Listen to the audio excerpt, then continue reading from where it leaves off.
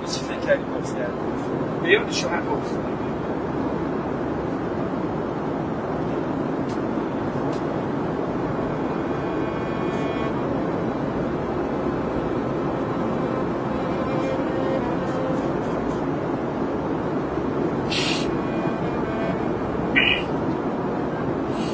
این صدا رو بود رسون هر کس، هر تلفون دستشه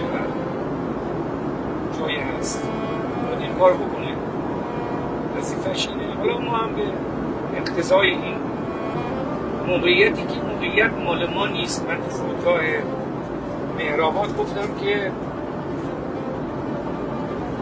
خلق این قدرت رو شیخ سلیمانی کرد، خلق این قدرت رو ملت کردن، حضور ملت کرده. این قدرت ملته. کسی فکر کنی قدرت مال اوست، در خطاست.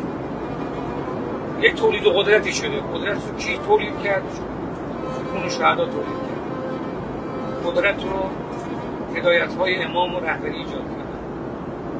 قدرت رو مردم تو خیابون‌ها و با صبوریشون، صبوری مردم مثال زدنی بوده تو این 43 ساله، صبوری کردن. این تولید قدرتی شده.